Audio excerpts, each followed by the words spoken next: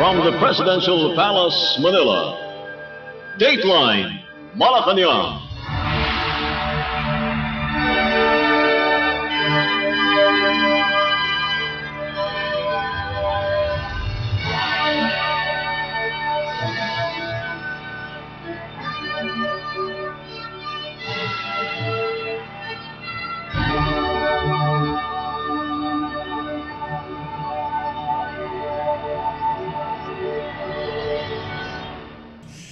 Good day.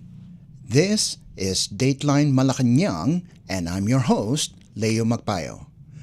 Philippine President Ferdinand R. Marcos Jr. on Thursday paid tribute to the late Chief Presidential Legal Counsel, Juan Ponce Enrile, hailing him as one of the most enduring and respected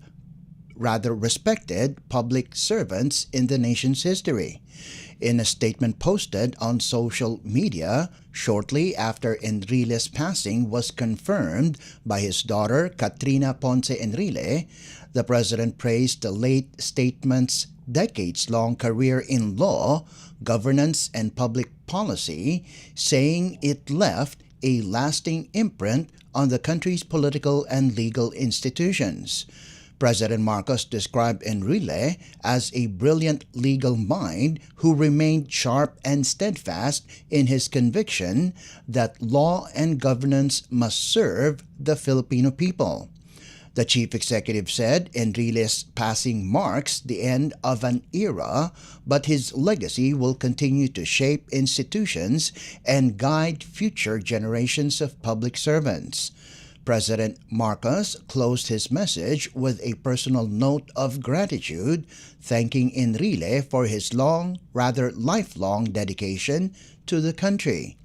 Enrile, who died at the age of 101, held key positions across administrations, including Senate President, Defense Minister, and most recently, Chief Presidential Legal Counsel under the current Marcos Jr. administration. His career spanned both the Marcos Sr. regime and the post-EDSA governments, cementing his status as one of the most influential figures in Philippine politics for over 50 years. Dateline Malacañang. Meanwhile, Philippine President Ferdinand R. Marcos Jr. visited the island province of Catanduanes on Thursday to inspect areas devastated by Super Typhoon Uwan and oversee ongoing aid efforts for affected residents. The president went to Tubli Elementary School in Caramoran Town, where he also assessed classrooms damaged by Uwan and last year's Super Typhoon Pepito. Tubli Elementary School serves 739 students and employs 30 staff.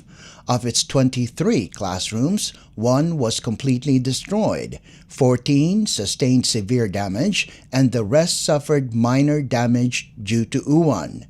President Marcos donated 2 Starlink Internet satellite units, 1 to Tubli Elementary School and another to the local government of Caramoran.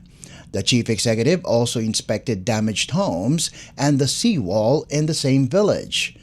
According to Caramoran's report, 558 houses were totally destroyed and 2,127 were partially damaged.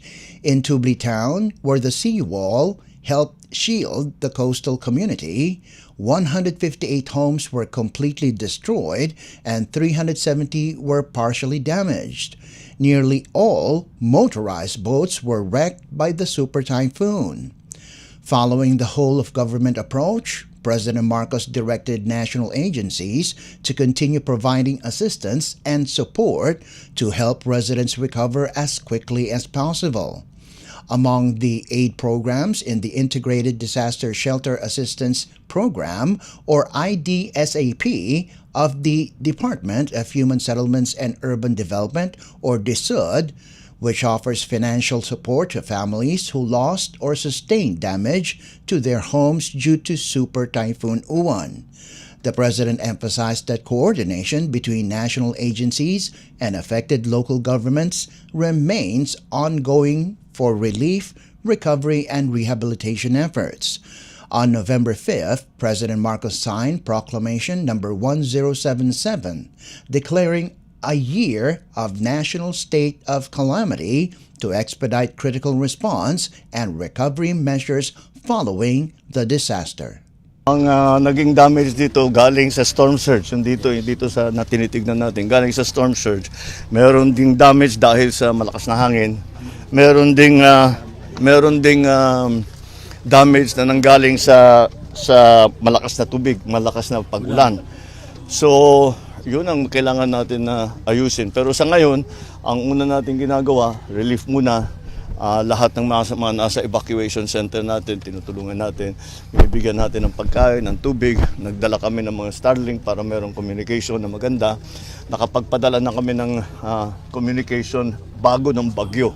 So mabuti at nagamit ng mga iba't ibang bayan yung mga equipment na yon. Ito ngayon, so after the relief, wala na tayong search and rescue dahil all accounted for na. Kaya ang susunod natin na gagawin ay yung reconstruction. Andito ang secretary ng DSUD at meron silang bibigay na tulong doon sa mga totally damaged at magdadala rin tayo ng mga construction materials, mga yero, pati yung gamit. Ang problema talaga na dapat natin tignan, kasi kung baka maulit ito, baka kailangan natin talagang isipin na huwag magtayo ng kahit na anong structure na ganito kalapit sa dagat. Kailangan siguro maghanap tayo na design na itaas yung kasi malaki, kahit na hindi maaring lagyan ng mataas na seawall dahil yung tubig dumating hanggang bubong eh. So we have to find another way kung saan nilalagay ang mga nandito para, kasi unfortunately katotohanan yan, mangyayari ito ulit eh. Kaya't huwag natin sila ilagay sa alanganin. Hanapan na natin ng ibang paglalagyan na malayo na sa storm surge. So, pero nandito naman ang national government. Maganda naman ang ugnayan namin with the congressmen, with the local government, and up to the barangay level. Where's the chairman? Here. Up to the barangay level para lahat ng tulong na kailangan, unang-una alam namin, pangalawa ay maipaabot natin. Kasi ang local government ang nagdadala talaga hanggang sa mga bahay-bahay. That was Philippine President Ferdinand R. Marcos Jr. Dateline Malacañang. Earlier Thursday, Philippine President Ferdinand R. Marcos Jr. acknowledged citizen reports as key to exposing widespread irregularities in flood control projects as he unveiled a new transparency portal and digital reforms to strengthen oversight and combat corruption in infrastructure programs.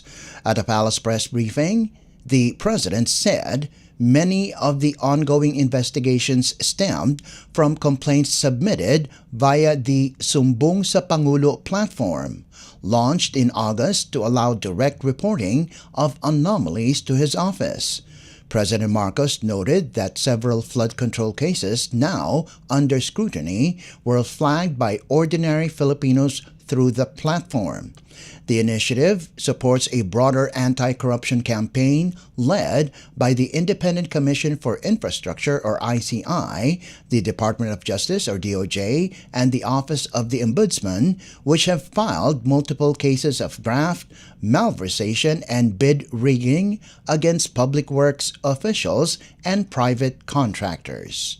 So, mula nung matapos ng 2 linggo, mula ng SONA, binuksan na natin yung Sumbong sa Pangulo website para makareport ang taong bayan na diretso sa akin. At mula noon, nakatanggap na yung Sumbong sa Pangulo website ng more than 20,000 na report na ibinigay. Kaya't marami po sa ating mga naimbestigahan ay hindi po namin malalaman kung hindi nyo sinumbong sa amin. Napakahalaga ng impormasyon na ibinibigay ng taong bayan sa ating pamahalaan na madaming impormasyon na hindi namin makukuha kung hindi sa inyong sumbong. Kaya't ipagpatuloy po ninyo yung inyong pag-report sa amin kapag meron kayong nakita na dapat tignan, dapat imbestigahan, dapat pag-aralan. Noong Agosto ay personal kong na-inspeksyon ang mga iba't ibang flood control project. Napunta ako sa Iloilo, nakapunta ako sa Kalumpit at saka sa Baliwag. At doon maliwanag ay na isang mga halimbawa ng mga flood control project na hindi tinapos o ghost project talaga, hindi man naumpisahan. At naging basehan ng ating pagtuloy-tuloy na pag-imbestiga. President Marcos Jr. said the government is developing a transparency portal to give the public access to detailed information on infrastructure projects, including contractors, implementing agencies, locations, and project status to ensure accountability at every stage. The reforms will focus on three critical areas: project design, bidding and procurement, and payment systems. These are intended to boost transparency, strengthen data security, and minimize corruption risks. President Marcos also said the government will harness artificial intelligence or AI and smart technologies to improve project monitoring and detect anomalies in both contract processing and on-site implementation. The technology will help verify whether construction materials and specifications meet required standards. These digital reforms are part of the administration's broader anti-corruption strategy to promote transparency, uphold integrity, and encourage citizen participation in governance. Meron tayong nakita na bagong smart technology na ginagamit na ang AI. Ito ay titignan lang. Ang tinitignan niya, yung AI, tinitignan niya yung proseso ng kontrata. At pagka merong hindi tama ang takbo ng proseso ng kontrata, ay magfa-flag yan. Kailangan magfa-flag. Tignan niyo ulit ito. Dahil mukhang may problema, hindi tama ang ginawa. At may question kung talaga bang merong project na ganyan. May nagque-question kung meron maganda ba ang pag-implement ng proyekto. Kaya't gagamitin natin lahat ng paraan na nasa atin, pati nga hanggang AI, lahat ng smart technology na ating nakikita na lumalabas, ay gagamitin natin lahat yan para inspeksyon. Una, meron tayong smart technology para tignan kung ano ba talaga ang standard, kung maganda ang pagkaayos. Ito, tinitignan yung kung talagang linalagyan ng rebar, kung makapal talaga yung konkreto, yung semento sa tamang specification. Yung isa pa naman, yung isang smart technology na gagamitin natin, yung aking nabanggit, titingin sa proseso ng kontrata para pag may nakitang hindi tama, ay makikita natin kaagad. Maglilista yan, makikita natin, babalikan natin at imbestigahan natin bakit ganyan ang nangyari. That was Philippine President Ferdinand R. Marcos Jr. Dateline Malacañang. Philippine President Ferdinand R. Marcos Jr. said he anticipates arrests in the multi-billion peso flood control fund scam before Christmas, nearly 4 months after first revealing the scheme in his 2025 State of the Nation Address or SONA. Speaking at a palace press briefing Thursday, the president said several individuals named in the investigation are expected to face completed cases and imprisonment soon. The Office of the Ombudsman has already filed multiple graft and malversation charges against Department of Public Works and Highways or DPWH officials and contractors linked to ghost projects, overpricing, and bid rigging in flood control programs across Central Luzon, Northern Luzon, and Mindanao. Palagay ko, bago Hindi palagay ko. Alam ko, bago magpasko, marami dito sa napangalanan dito ay palagay ko nasa ano na, matatapos na yung kaso nila, buo na yung kaso. Makukulong na sila. Wala silang Merry Christmas. Before Christmas, makukulong na sila. First criminal complaints in the multi-billion peso flood control fund scam were filed on September 8th based on special audit reports from the Department of Public Works and Highways, or DPWH, and the Commission on Audit, or COA. Charged were former officials of the Bulacan 1st District Engineering Office, including Henry Alcantara, Bryce Hernandez, JP Mendoza, John Michael Ramos, Ernesto Galang, and several section heads and project engineers. Private respondents included Cesara Rowena Sara Discaya and Maria Roma Angeline Rimando of St. Timothy Construction, Mark Allen Arevalo of Wawaw Builders, Sally Santos of SYMS Construction Trading, and Robert Imperio of IM Construction Corporation. The Department of Budget and Management, or DBM, has blacklisted 9 firms linked to Discaya, including St. Gerard Construction, Alpha and Omega, Amethyst Horizon, and Great Pacific Builders, revoking their PhilJEPS registration. President Marcos said the Independent Commission for Infrastructure, or ICI, has referred 37 more cases to the Ombudsman, implicating lawmakers, former DPWH officials, and major contractors.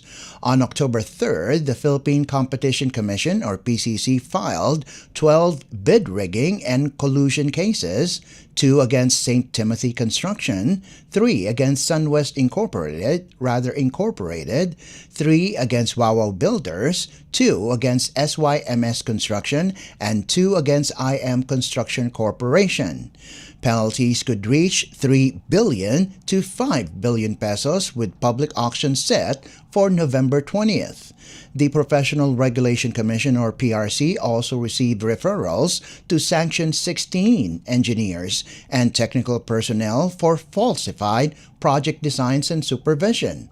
Fresh charges were filed by the Ombudsman on October 23rd against officials from La Union 2nd DEO and Davao Occidental DEO, including Gil Lorenzo, Raul Gali, Rodrigo Larete, and others. Discaya, Rimando, and Silver Wolves Construction Corporation executives Moses Tabucol and Alvin Diego were again among the private respondents. On November 6, the Bureau of Internal Revenue, or BIR, capped the crackdown with 8.86 billion pesos in tax evasion cases against 89 contractors and 9 DPWH and COA officials, backed by 98 letters of authority for deeper asset and tax audits. Mula naman noong September 29 hanggang November 6, nagsumiti na ang ICI sa Office of the Ombudsman ng criminal at administrative cases laban sa 37 individual na konektado sa mga maanomaliang FCPs. Kabilang dito mga kasong graft and corruption, malversation, falsification, plunder, paglabag sa Code of Conduct for Public Officers. Samantala, nag-submit din ang DPWH sa Philippine Competition Commission ang 12 kaso ng bid manipulation at bid rigging noong October 3. Kinasasangkutan ng 6 na pribadong kumpanya. Dito pa lang sa mga kasong ito, makakabawi tayo ng 3 hanggang 5 bilyong piso ang penalty na pag sinama-sama natin lahat ng penalty ng lahat ng kaso ng mga bid rigging so far, baka meron pang idadagdag diyan sa kasalukuyan pa lang yan, ay makakabawi tayo ng 3 to 5 billion pesos in terms of fines.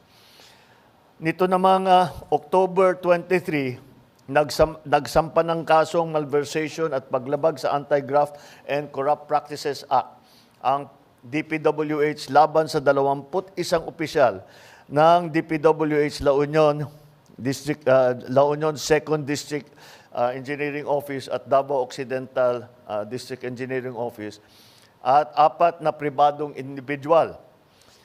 Moises Tabukol ng Silver Wolves Construction Corporation, Alvin Diego ng Silver Wolves Construction Corporation, Maria Roma Angeline Rimando ng St. Timothy Construction Corporation, Cesara Rowena Discaya ng St. Timothy Construction Corporation. Ang sabi ni Ombudsman Remulla ay meron ding person of interest in the person of Congressman Eric Yap, na dating Committee on Appropriations Chairman mula 2019 hanggang 2022. Nito namang November, sinampahan ng DPWH ang 6 na kumpanyang ito na 3 kaso ng bid manipulation at bid rigging. Mula naman November 6 din, nagsampa naman ang Bureau of Internal Revenue, ang BIR natin, ng 10 kaso sa DOJ laban sa mga opisyal ng DPWH at mga kontraktor. Umaabot sa 8.86 billion pesos ang kanilang tax liabilities. Ito ang mga tax na ang buwis na hindi nila binayaran at nakita ng BIR upon investigation. At ngayon, nakasuhan ngayon sila upang mabawi ang kanilang utang sa gobyerno dahil sa buwis na hindi nila ibinayad. At siyempre may mga multa yan dahil sila hindi nagbayad. That was Philippine President Ferdinand R. Marcos Jr. Dateline Malacañang. Philippine President Ferdinand R. Marcos Jr. on Thursday pledged to revoke the passport of former Ako Bicol Party List Representative Zaldico once formal criminal charges are filed against him over alleged irregularities in flood control projects. Ko resigned from Congress in September after being implicated in a kickback scheme involving ghost projects and rigged bidding. He remains overseas and, through his lawyer, has stated he will not return to the Philippines due to alleged threats to his life. I think that's best directed at the lawyer because it's a legal answer. And the legal answer is because hindi pa nasampahan ng kaso, therefore the request for the cancellation of his passport cannot yet be made. However, when that time comes, we will immediately cancel his passport. I'm not a lawyer, so I'm not the best person to explain it. But that's the procedure. You have to give grounds for the cancellation of the passport, and those grounds will be based on the cases that will be filed against him. Under Republic Act or RA 11983 or the new Philippine Passport Act, the Department of Foreign Affairs or DFA may cancel a passport only if it was fraudulently obtained, tampered with, issued in error, or upon court order when the holder is convicted or deemed a fugitive. Multiple complaints have been filed before the Office of the Ombudsman by the Department of Public Works and Highways or DPWH, the Commission on Audit, and the Independent Commission for Infrastructure or ICI against more than a dozen officials and contractors linked to the scam. President Marcos said lawyers are finalizing the cases and expects those involved to be jailed soon.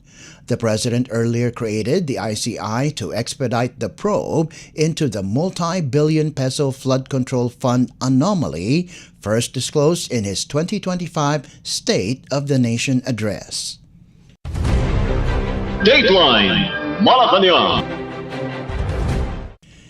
Also on Thursday, Philippine President Ferdinand R. Marcos Jr. announced increased public spending to counter the Philippines' slower economic growth in the third quarter of 2025 and restore investor confidence amid global and domestic headwinds.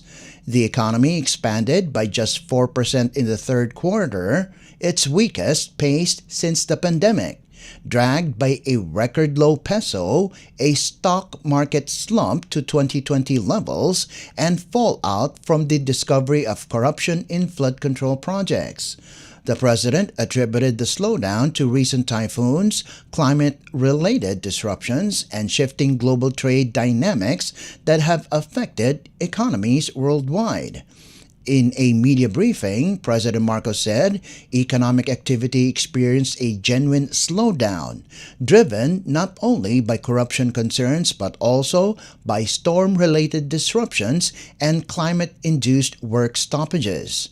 The chief executive emphasized that the Philippines is not alone in facing economic shocks, noting that growth rates are falling globally due to structural changes in international trade.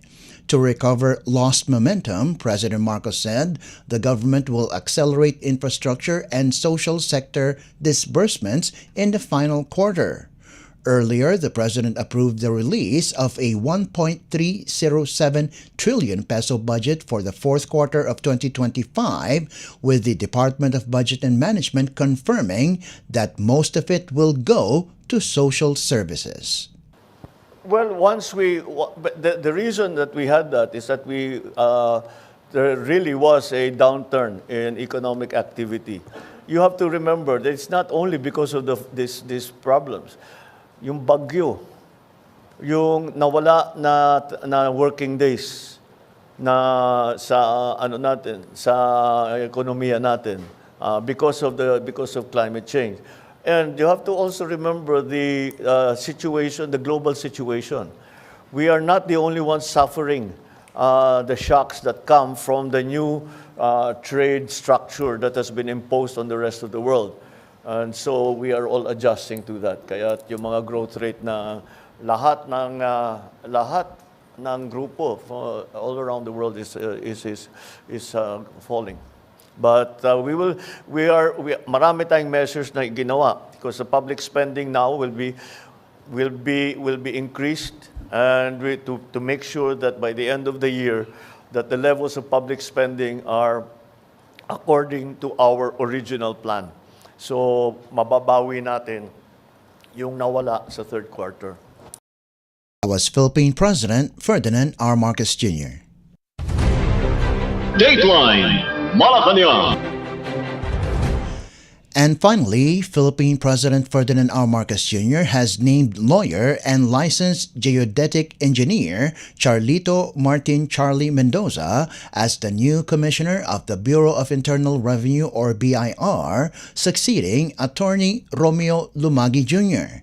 Mendoza was sworn into office by the President in a simple ceremony held Thursday at the study room of Malacañang Palace. Before his appointment, Mendoza served as Undersecretary of the Revenue Operations Group at the Department of Finance, or DOF, overseeing the BIR and Bureau of Customs, or BOC, to help meet the government's annual revenue targets. He previously served as District Collector at the Port of Cebu from July 2019 to October of 2022, where he led record-breaking revenue collections and strengthened border protection. Under his leadership, the Port of Cebu became the first customs district with ISO 9001:2015 certification for its main port and all subports. Mendoza holds a law degree from San Beda University and ranked third in the 2004 bar exams.